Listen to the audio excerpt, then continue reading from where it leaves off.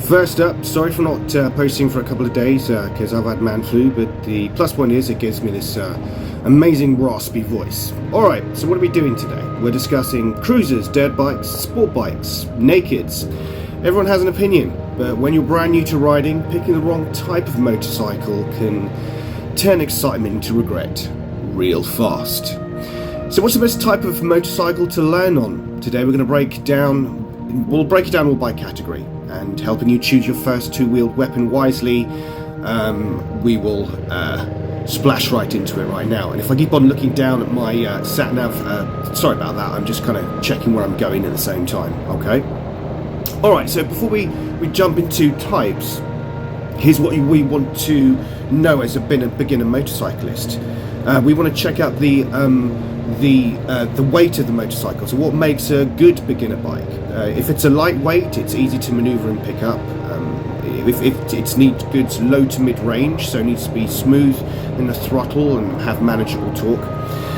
It needs also to have simple ergonomics, neutral riding position. A neutral riding position gives you confidence. And of course it needs to be forgiving with clutch and brakes, because mistakes happen. Now let's see how each category stacks up. Let's look at naked bikes first, also called standards. Are hands down one of the best types to learn on. Why? Because they have a neutral seating position, they're not leaned back and they're not hunched forward. They have balanced power, often available in 300cc to 650cc, and if you're in the UK, very findable from 125s upwards. Minimal bodywork. If you drop it, damage is usually minor. So think of Kawasaki Z400s or Yamaha MT-03s or the Honda CB range. These bikes are approachable, they're light, they're adaptable, they're amazing for the city and highway and everything in between. So the verdict on naked bikes is they definitely are the best all-round choices for new riders. Alright, let's look at sports bikes now. Now they're cool, they're fast, they're very tempting, but they have their trade-offs, because they have an aggressive riding position.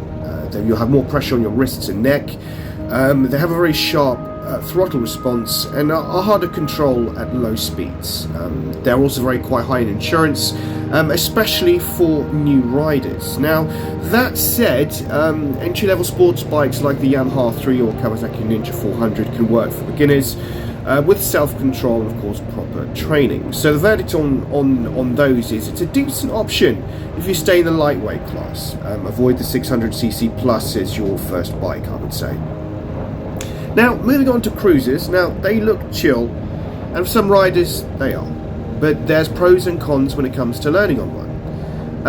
The good thing is it's got a low seat height, great for flat footing at stops, but they're heavy at slow speeds. They're tough for parking lot practice. I remember when I was doing my Mod 1 test, there was this guy before me on a cruiser, and he went smashing right through the cones because it was just too heavy for him at slow speeds. And of course it was also limited in cornering and clearance. So of course scrapes can scare new riders. But good cruisers to actually learn on if you want to go down the cruiser route would be anything in the Rebel range, the Rebel 300, the Rebel 500. If you are not in the UK, of course, then you're stuck with a 125. I mean, these are the cruiser exceptions. They're lightweight, they're beginner friendly, and of course they're also super popular. So what's the verdict on cruisers? Good option, but if you stick with smaller displacement models. Now moving on to, let's think about dirt bikes and dual sports. Now if you're riding off-road at first, or you live in rural areas, a dirt bike or a dual sport might be the perfect starting point. I mean, the good things about them is that they're lightweight and they're very tough. It teaches you throttle, and it teaches you clutch control very, very fast. Negative points on dirt bikes and dual sports would be tall seat height. It can intimidate shorter riders, and they're not really ideal for long street rides unless it's dual sport legal. Now, bikes like the Yamaha XT250 or the Kawasaki KLX230 are great dual sport entry points. So my verdict that I would give on dirt bikes and dual sports is best for trail or rural learners, really. Not really for the city. Just stick to the dirt on those. Okay. Now, if we look at endurance and adventure bikes, sometimes also called touring bikes, they're not really for beginners. Okay, so if we start looking at that segment, and why would I say that? Well, they are tall, they are heavy, and they are fully loaded. They're also very expensive to drop, especially if you don't have all the sliding bars attached and everything else. And they have a lot of complex features that can really overwhelm new riders. Even something entry like the BMW G310 GS is tall and it is top heavy compared to a standard bike. You don't really want top heavy when you're actually learning. So my verdict on endurance and adventure bikes would be they're not really beginning friendly unless you're tall, unless you're strong, and unless you're planning long distance riding from day one. So the final verdict, what's the best type of motorcycle to learn on? Hands down, I would say naked bikes. They strike the perfect balance of comfort, the control, and confidence. They're like a Goldilocks zone of motorcycles. They're not too aggressive, not too relaxed. They're just right.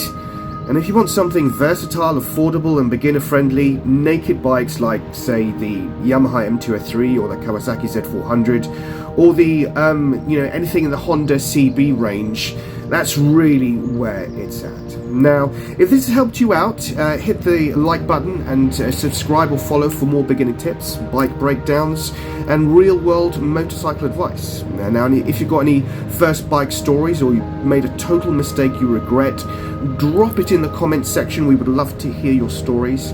As always, ride safe, ride smart, and keep the shiny side up. Remember, it's not just about the destination, it's also about the journey. This has been Angel Talk, and I will catch you in the next one. Take care. Bye-bye.